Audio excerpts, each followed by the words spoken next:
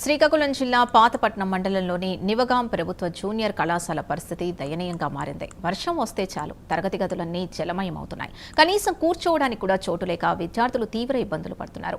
అధునాతన సౌకర్యాలు లేక అధ్యాపకులు సైతం పాఠాలు చెప్పలేకపోతున్నారు.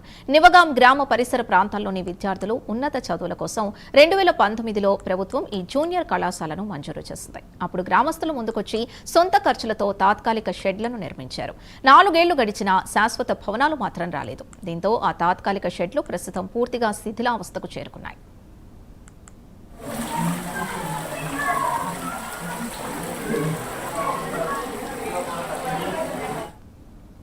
ఇప్పుడు దాదాపు 110 మంది విద్యార్థులు మొదటి, రెండో సంవత్సరాలకు చెందినవారు ఇక్కడ చదువుకుంటున్నారు. వర్షాకాలంలో చిన్నపాటి వర్షం వచ్చినా పైకప్పుల నుంచి నీరు కారుతూ గదులన్నీ తడిసిపోతున్నాయి. విద్యార్థుల భద్రతపై తల్లిదండ్రులు ఆందోళన చెందుతున్నారు. అధ్యాపకులు కూడా పాఠాలు చెప్పడానికి ఇబ్బంది పడుతున్నారు. రాష్ట్ర విద్యాశాఖ మంత్రి నారా లోకేష్ విద్యారంగంలో సంస్కరణలు, ప్రభుత్వ జూనియర్ కళాశాలల్లో మౌలిక వసతుల కల్పనపై ప్రత్యేక దృష్టి సారించినట్లు ప్రకటించారు. ఈ నేపథ్యంలోనే ముఖ్యమంత్రి చంద్రబాబు నాయుడు నేతృత్వంలోని ప్రస్తుత ప్రభుత్వం నివగాం కళాశాలకు శాశ్వత భవనాలు నిర్మించి మెరుగైన వసతులు కల్పించాలని విద్యార్థులు, తల్లిదండ్రులు, అధ్యాపకులు కోరుతున్నారు.